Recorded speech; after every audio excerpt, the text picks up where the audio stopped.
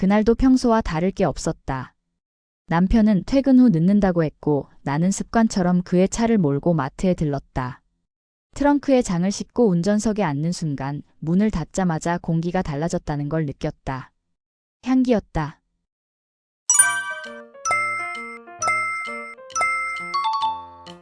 아주 은근하고 지나칠 수 있을 만큼 미묘한 냄새. 처음엔 내가 예민한 줄 알았다. 날이 더워서 혹은 누군가 스쳐 지나가며 남긴 잔향일 수도 있다고 스스로를 설득했다. 하지만 그 향은 점점 선명해졌다. 코끝을 파고들며 머릿속 어딘가를 끈질기게 건드렸다. 나는 그 향을 알고 있었다. 아니, 너무 잘 알고 있었다. 20년 동안 함께 나이를 먹은 사람. 내 인생의 굴곡을 누구보다 가까이에서 지켜본 사람. 내 결혼식 날 신부 대기실에서 내 손을 꼭 잡고 네가 제일 행복해야 되라고 말하던 사람. 미정. 내 친구. 손이 핸들 위에서 미끄러졌다. 심장이 갑자기 속도를 잃은 것처럼 덜컹거렸다. 차 안은 그대로인데 나만 다른 공간에 떨어진 기분이었다. 말도 안 돼. 나는 혼잣말처럼 중얼거렸다. 향수 하나로 사람을 의심하는 건 너무 유치하고 잔인한 상상이라고 스스로를 타일렀다. 하지만 문제는 이 향이 오늘 처음이 아니라는 사실이었다. 며칠 전에도 그 전주에도 설명할 수 없는 순간마다 희미하게 느껴졌던 바로 그 냄새. 집에 돌아와도 마음은 가라앉지 않았다. 남편이 벗어둔 재킷을 옷장에 걸다 말고 나는 그 소매 끝을 들춰 코에 가져갔다. 확신이 드는 순간 다리가 풀려 침대 끝에 주저앉았다. 웃음이 나왔다. 너무 어이가 없어서. 20년 친구였다. 내가 힘들 때 가장 먼저 달려와 주던 사람이고 남편 욕을 하면 함께 욕해 주던 사람이었다. 우리 부부와 그들 부부는 늘 한 테이블에 앉았다. 여행도 명절도 기념일도 함께였다. 사람들은 우리를 보며 진짜 가족 같다고 말했다. 나 역시 그렇게 믿었다. 의심은 한 번도 해본 적이 없었다. 남편을 믿었고 그보다 더 굳게 친구를 믿었다. 그런데 지금 내 남편이 차 안에서 내 친구의 향기가 나고 있었다. 그날 밤 남편은 평소처럼 아무렇지 않게 집에 들어왔다. 나는 평소처럼 웃으며 저녁을 차렸다. 김이 오르는 찌개를 앞에 두고도 나는 아무 맛도 느낄 수 없었다. 남편의 말은 귀에 들어오지 않았고 그의 표정 하나하나가 낯설게 보였다. 이 사람이 정말 내가 알던 그 사람일까? 그 질문이 머릿속에서 떠나지 않았다. 그리고 그 순간 알았다. 이제 나는 예전으로 돌아갈 수 없다는 걸. 그날 이후 내 일상은 두 겹이 됐다. 겉으로는 아무 일 없는 아내, 속으로는 진실을 추적하는 사람. 나는 조용히 남편을 관찰하기 시작했다. 전화가 오면 왜 자리를 피하는지, 왜 휴대폰을 항상 엎어두는지, 왜 갑자기 외모에 신경을 쓰는지. 그리고 마음 한구석에서 절대 떠올리고 싶지 않은 이름이 점점 또렷해졌다. 미정. 내 인생에서 가장 안전하다고 믿었던 이름이 가장 위험한 의심으로 변하던 순간이었다. 그때는 몰랐다. 이 향수 냄새 하나가 네 사람의 인생을 동시에 무너뜨릴 줄은. 우리는 늘 함께였다. 굳이 약속을 잡지 않아도 자연스럽게 네 사람이 모였다. 누군가 먼저 연락하지 않아도 주말이 되면 당연하다는 듯 같은 식당에 앉아 있었다. 사람들은 그런 우리를 보며 말했다. 너희는 진짜 가족 같다. 그 말이 과장이 아니라고 믿었다. 적어도 나는 그랬다. 미정과 나는 20살에 처음 만났다. 같은 교실, 같은 과제, 같은 꿈을 꾸던 시절부터 함께였다. 연애에 실패하면 서로의 집에 눌러앉아 밤새 술을 마셨고 취업에 성공했을 땐 누구보다 먼저 축하해줬다. 남자친구가 생기면 가장 먼저 소개했고 헤어지면 가장 먼저 울어줬다. 결혼도 비슷한 시기에 했다. 내가 먼저 결혼했고 미정은 1년 뒤였다. 그녀의 결혼식 날 나는 신부 대기실에서 그녀의 손을 잡고 말했다. 이제 우리 진짜 어른이다. 미정은 웃으며 고개를 끄덕였다. 그날 이후 우리의 관계는 친구라는 단어로는 부족해졌다. 남편들끼리도 금세 친해졌다. 술을 좋아하던 우리 남편과 말수가 적지만 속 깊던 미정의 남편. 성격은 달랐지만 이상하게 잘 맞았다. 우리는 종종 부부 동반으로 식사를 했고 그게 점점 당연한 일상이 됐다. 기념일이 겹치면 함께 축하했고 아이 이야기가 나오면 서로의 걱정을 나눴다. 명절이면 어느 집에 먼저 갈지 상의했고 여름이면 넷이서 여행 계획을 세웠다. 사진을 찍으면 늘 4명이 함께였다. 둘씩 찍는 사진보다 넷이 나란히 서 있는 사진이 훨씬 많았다. 나는 그게 좋았다. 이 나이에 이런 관계를 유지할 수 있다는 게 삶이 내게 준 작은 보상 같았다. 특히 미정은 내 편이었다. 남편과 다툰 날이면 그녀에게 전화를 걸었다. 이번엔 진짜 너무하더라. 그러면 미정은 한숨을 쉬며 말했다. 야, 그래도 네가 너무 참아. 내가 보기엔 네가 더 잘해. 그 말에 위로받았고 괜히 울컥해서 눈물이 나기도 했다. 아이들 생일날이면 내 가족이 함께 모였다. 케이크를 자르고 사진을 찍고 서로의 아이를 자기 자식처럼 챙겼다. 그 평범함이, 그 반복되는 일상이 영원할 거라고 믿었다. 어느 날은 미정의 남편이 이런 말을 한 적도 있다. 우리 이렇게 늙어가는 거겠죠. 나중엔 내 가족, 우리 가족 구분도 없어질 것 같아요. 그 말에 모두 웃었다. 나 역시 웃으며 고개를 끄덕였다. 그때 나는 알지 못했다. 그 웃음 뒤에서 이미 균열이 시작되고 있었다는 걸. 지금 생각해보면 사소한 장면들이 떠오른다.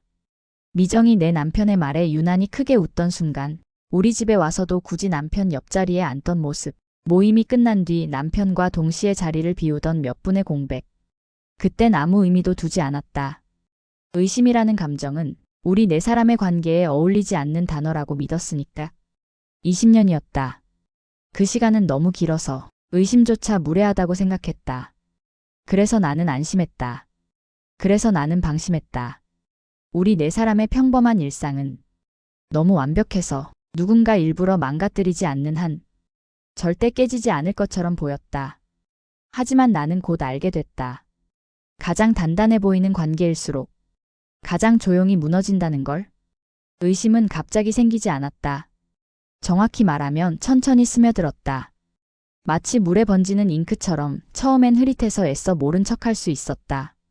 남편은 조금씩 달라지고 있었다. 아주 사소한 변화였다. 전화가 오면 자리에서 일어나 베란다로 나가고 샤워 시간은 이유 없이 길어졌고 괜히 짜증을 내다가도 금세 아무 일 없다는 듯 웃었다. 나는 스스로를 다그쳤다. 예민해진 거야. 이 나이에 무슨 드라마 같은 불륜이야. 하지만 의심은 부정한다고 사라지는 감정이 아니었다. 결정적인 건 그날 저녁이었다. 남편은 회식이 있다며 늦는다고 했다. 나는 별말 없이 고개를 끄덕였지만 마음 한구석이 이상하게 서늘했다. 그날따라 이유 없이 창밖을 몇 번이나 내다봤다. 시계를 확인하고 휴대폰을 내려놓았다가 다시 집어들었다. 그리고 나도 모르게 코트를 집어들고 있었다. 잠깐 바람이나 쐬자. 그렇게 스스로에게 말하며 집을 나섰다. 하지만 엘리베이터를 타는 순간 나는 이미 알고 있었다. 오늘 나는 남편을 따라갈 거라는 걸. 남편의 차는 회사 방향이 아니었다. 익숙한 길을 벗어나 조금씩 아주 자연스럽게 다른 방향으로 흘러갔다. 나는 일정 거리를 유지하며 뒤따랐다. 신호에 걸릴 때마다 심장이 쿵 내려앉았다. 혹시라도 그가 백미러를 보고 나를 알아볼까봐. 숨조차 제대로 쉬지 못했다. 차는 한적한 골목에 멈췄다. 작은 카페 앞이었다. 유리창 너머로 은은한 조명이 새어나왔다. 여기서 회식을 해?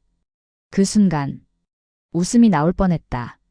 너무 뻔해서, 너무 교과서 같아서. 나는 차에서 내리지 못한 채 몇 분을 그대로 앉아 있었다. 문을 열면 되돌릴 수 없는 세계로 들어갈 것 같았다.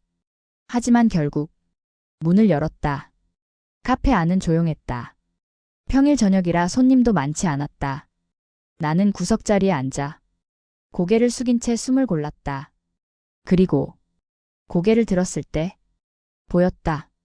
남편 맞은편에 앉아있는 여자. 고개를 숙이고 웃으며 커피잔을 감싸 쥐고 있던 손, 익숙한 옆얼굴, 귀 뒤로 머리를 넘기는 버릇.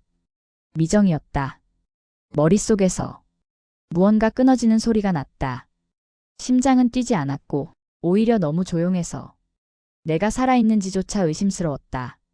둘은 너무 자연스러웠다.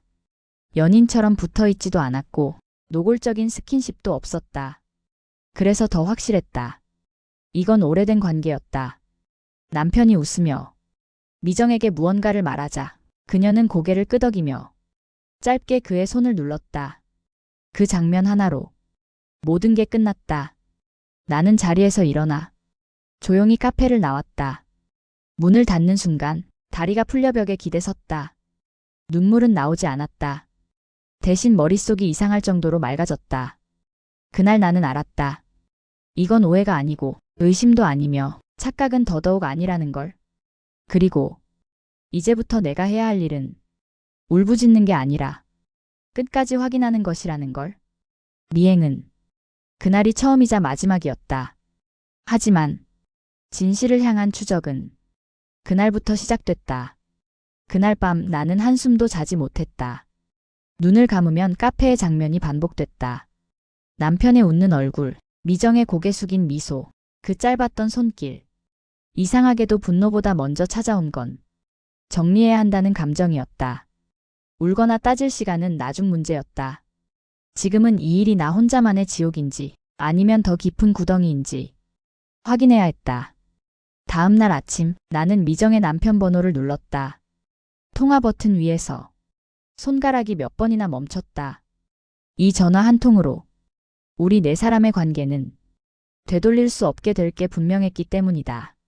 그래도 눌렀다. 무슨 일이야? 그의 목소리는 평소와 같았다. 차분하고 아무것도 모르는 사람의 톤. 나는 잠시 말을 고르다 조심스럽게 물었다.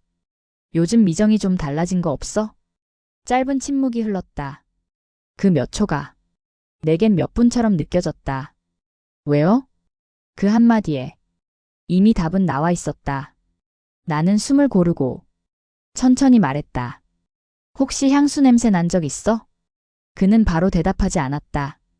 대신 아주 낮게 웃었다. 있었죠. 그 순간 가슴 깊은 곳이 내려앉았다. 확신이 생기는 건 이렇게 잔인하게 빠른 일이었다. 그는 이어서 말했다.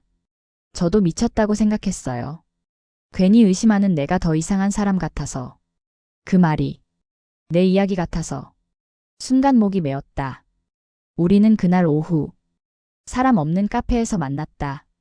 아이 이야기, 날씨 이야기 같은 건 처음부터 없었다. 자리에 앉자마자 그는 휴대폰을 꺼냈다.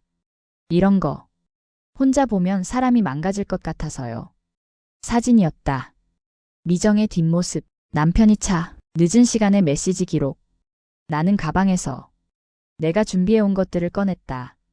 같은 사진, 다른 각도, 같은 이름. 우리는 말없이 테이블 위에 놓인 증거들을 바라봤다. 그 순간 우리는 더 이상 남의 배우자가 아니었다. 같은 배에 탄 사람들이었다. 이상하게도 그는 화를 내지 않았다. 나 역시 울지 않았다. 대신 그는 아주 담담하게 말했다. 그러면 이건 사고가 아니네요. 나는 고개를 끄덕였다. 네. 오래됐어요. 그 말이 떨어지자 공기가 달라졌다. 감정이 아니라 현실이 자리 잡았다. 그날 우리는 피해자가 되기로 결정하지 않았다. 망가진 사람으로 남지도 않기로 했다. 우리는 약속했다. 지금 당장은 아무도 모르게 행동하자고. 들키지 말고, 흔들리지 말고, 끝까지 가자고. 카페를 나서며 그가 말했다. 이상하죠? 지금에서야 내가 똑바로 서 있는 느낌이에요. 나도 그랬다. 배신을 확인한 순간부터 아이러니하게도 나는 더 이상 흔들리지 않았다. 그날 이후 우리는 가끔 연락을 주고받았다. 감정을 나누기 위해서가 아니라 정보를 공유하기 위해서였다. 그렇게 우리 네 사람 중 둘은 여전히 거짓 속에 있었고 둘은 진실 위에 서 있었다. 그리고 나는 알았다. 이 싸움은 혼자서 버텨야 할 싸움이 아니라는 걸. 우리는 울지 않았다. 정확히 말하면 울 시간은 이미 지나가 있었다. 배신을 확인한 순간부터 감정은 뒤로 밀려났고 남은 건 이 상황을 어떻게 끝낼 것인가라는 질문뿐이었다. 그날 카페에서 헤어진 뒤 나는 집으로 돌아와 평소와 다름없는 얼굴로 저녁을 차렸다. 남편은 아무것도 모른 채 식탁에 앉아 하루를 이야기했다. 나는 고개를 끄덕이며 대답했고 내 손은 떨리지도 않았다. 이상했다. 분명 모든 걸 알게 되었는데 오히려 마음은 차분했다. 마치 이미 오래전부터 이 결말을 알고 있었던 사람처럼. 그날 밤 미정의 남편에게 메시지가 왔다. 정리해봤어요. 생각보다 오래됐습니다. 나는 휴대폰을 내려놓고 천장을 오래 바라봤다. 분노 대신 어떤 결심 같은 게 마음에 자리 잡고 있었다. 며칠 뒤 우리는 다시 만났다. 이번엔 울거나 확인하는 자리가 아니었다. 종이에 날짜를 적고 기억을 맞추고 어디서부터 시작됐는지 되짚는 자리였다. 우리는 알게 됐다. 두 사람의 관계는 우연이 아니었다. 술김에 생긴 실수도 외로움의 결과도 아니었다. 선택이었다. 그 사실이 이상하게도 우리를 더 단단하게 만들었다. 지금 들키면 끝이에요. 그가 말했다. 네. 지금은 아무것도 모르는 척해야 해요. 우리는 약속했다. 당분간은 아무 일 없는 배우자가 되기로.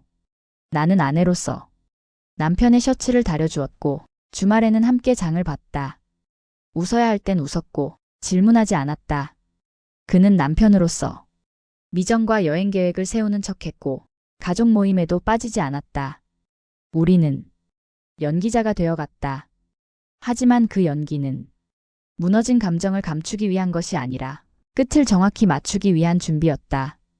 그 사이 우리는 각자의 자리에서 움직였다. 나는 조용히 변호사를 만났고 그는 재산 내역을 정리했다. 메시지는 캡처했고 카드 사용 기록은 날짜별로 정리했다. 그 어떤 순간에도 감정은 개입하지 않았다. 울고 싶을 때는 혼자 있을 때 울었다. 상대 앞에서는 항상 차분했다. 어느 날 그가 말했다.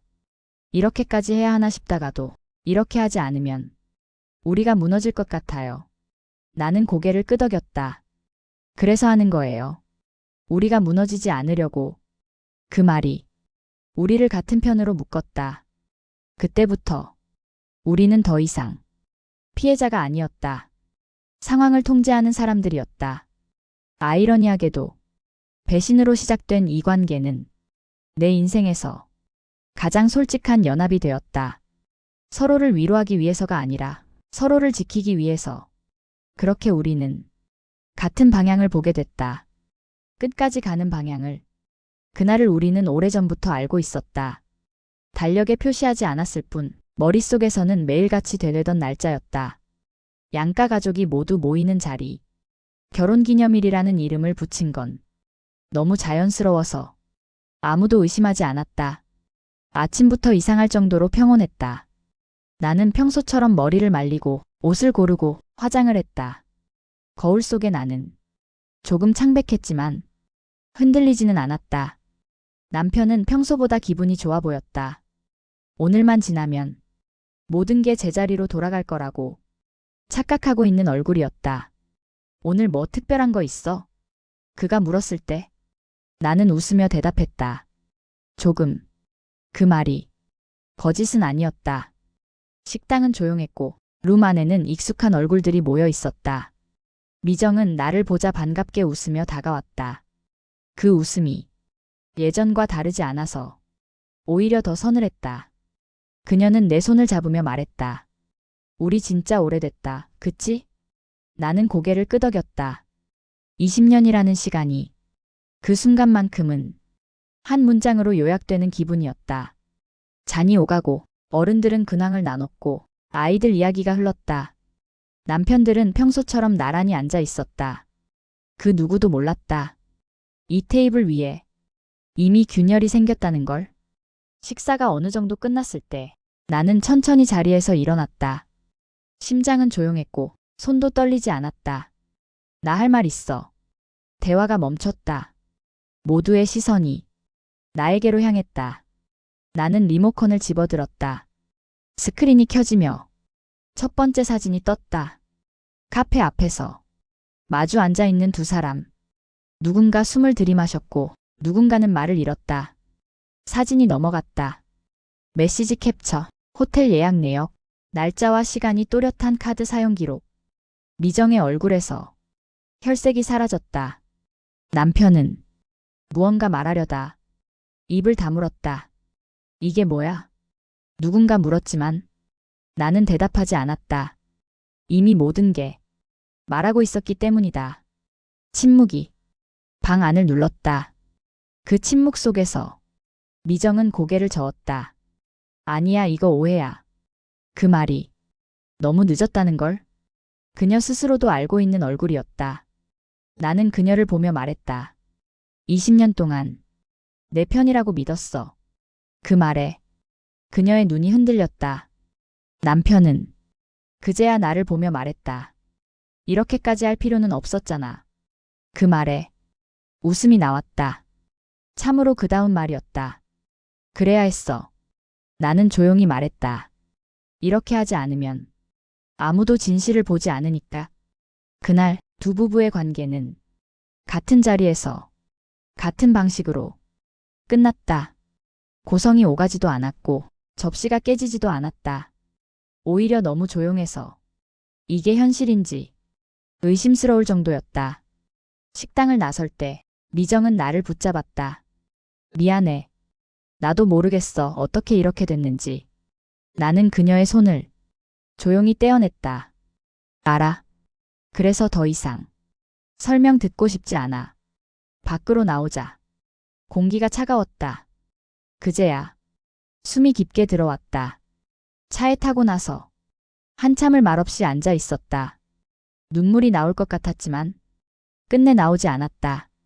그 대신 이상한 해방감이 밀려왔다. 드디어 모든 걸 내려놓아도 된다는 느낌. 그날 이후 나는 더 이상 숨기지 않아도 되는 사람이 되었다. 폭로는 복수가 아니었다. 그건 내 인생을 다시 내 손에 쥐는 행위였다. 그리고 그날은 모든 끝의 날이 아니라 새로운 시작의 첫 장이었다. 이혼은 생각보다 조용하게 진행됐다. 폭로의 날 이후 세상이 무너질 줄 알았는데 현실은 달랐다. 소리 없이 그러나 분명하게 모든 것이 정리되어 갔다. 마치 오래된 집을 비우듯 하나씩 짐을 꺼내고 문을 닫는 과정 같았다. 남편은 변호사를 통해 연락을 해왔다. 미안하다는 말, 후회한다는 말, 다시 생각해보자는 말이 섞여 있었지만 내 마음에 닿는 건 하나도 없었다.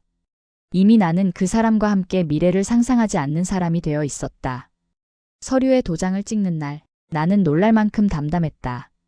손끝에 전해지는 감각은 분명했지만 가슴은 조용했다. 이 관계는 이미 오래전에 끝났다는 사실을 내 몸이 먼저 알고 있었던 것 같다. 집을 나오는 날, 나는 마지막으로 거실을 둘러봤다. 함께 웃던 자리, 다투던 자리, 아무 일 없던 날들이 겹쳐 보였다. 하지만 그 모든 기억 위에 더 이상 미련은 없었다. 이 공간은 더 이상 나를 담지 못하는 그릇이 되어 있었다. 짐을 들고 문을 닫으며 나는 속으로 말했다. 여기까지. 그 말 하나로 충분했다. 미정과의 관계는 이혼보다 더 빨리 정리됐다. 연락은 없었고 우연히 마주칠 일도 없었다. 20년이라는 시간은 그렇게 한순간에 과거형이 되었다. 슬프지 않았다면 거짓말이겠지만 그 슬픔은 사람을 무너뜨리는 종류가 아니었다. 오히려 오래 앓던 병이 빠져나간 뒤에 공허함에 가까웠다. 그 사이 미정의 전 남편과 나는 가끔 연락을 주고받았다. 서류 진행 상황, 아이 문제, 실무적인 이야기들, 감정적인 위로는 없었다. 그게 오히려 편했다. 우리는 서로의 상처를 굳이 들추지 않았다. 이미 충분히 겪었으니까. 어느 날 그가 말했다. 이상하대요. 요즘은 숨 쉬는 게 좀 편해졌어요. 나는 그 말에 고개를 끄덕였다. 나 역시 그랬다. 이혼 후의 삶은 생각보다 현실적이었다. 아이를 학교에 보내고 일을 하고 저녁을 먹고 하루를 마무리했다.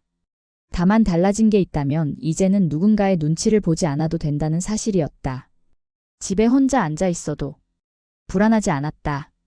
오히려 마음이 단단해지는 느낌이었다. 어느 저녁 그와 커피를 마시다. 그가 조심스럽게 웃으며 말했다. 우리 참 아이러니하죠. 그러게요. 이렇게 만나게 될 줄은 상상도 못했는데? 나는 잠시 생각하다 말했다. 그래도 최악의 상황에서 최선의 사람을 만난 것 같아요. 그 말은 즉흥도 위로도 아니었다. 진심이었다. 잠시 침묵이 흐른 뒤 그가 다시 입을 열었다. 우리 재혼하면 어때요? 순간 웃음이 터졌다. 너무 솔직해서, 너무 조심스러워서. 이 프러포즈 좀 특이하네요. 그는 어깨를 으쓱했다. 우린 이미 서로의 가장 망가진 모습을 봤잖아요. 그보다 더 숨길 건 없을 것 같아서요. 그 말에 나는 오래 생각하지 않았다. 천천히요. 나는 말했다. 이번엔 정말 천천히. 그는 고개를 끄덕였다. 그날 집으로 돌아오는 길, 나는 문득 깨달았다. 배신은 내 인생을 부수기 위해 온 게 아니라 내가 잘못 들어선 길에서 나를 끌어내기 위해 왔다는 걸. 20년 친구를 잃었고 남편을 잃었지만 나는 나 자신을 잃지 않았다.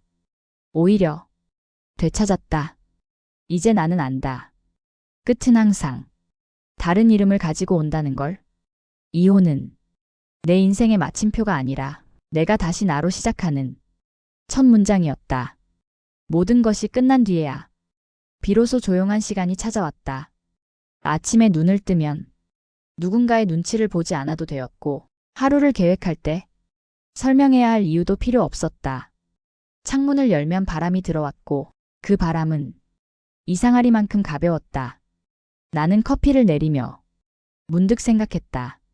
언제부터 이렇게 숨 쉬는 일이 자연스러워졌을까? 배신은 내 인생에서 가장 잔인한 사건이었지만 동시에 가장 솔직한 질문을 던졌다.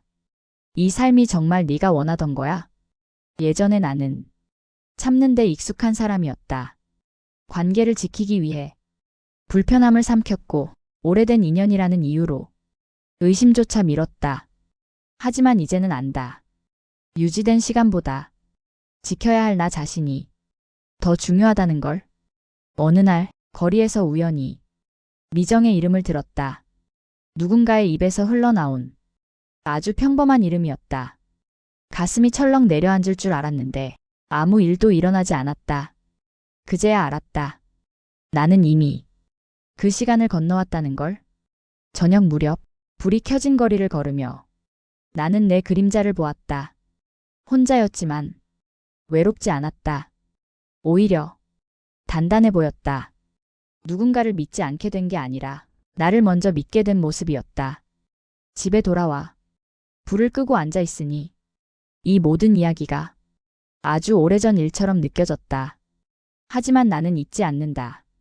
그 향수 냄새를, 카페의 조명 아래서 마주친 시선을, 그리고 침묵 속에서 선택했던 수많은 결심들을. 그 모든 순간이 나를 여기까지 데려왔다. 배신은 나를 무너뜨리지 못했다. 오히려 내가 누구인지 분명히 보게 만들었다. 이제 나는 안다. 사람은 상처로 끝나지 않는다는 걸. 상처는 방향을 바꾸는 계기일 뿐이라는 걸. 그리고 다시 시작할 수 있는 사람은 언제나 진실을 외면하지 않은 사람이라는 걸. 나는 오늘도 창문을 열고 바람을 들인다. 과거는 등 뒤에 있고 미래는 아직 비어 있다. 그 빈자리를 어떤 선택으로 채울지는 이제 전부 내 몫이다.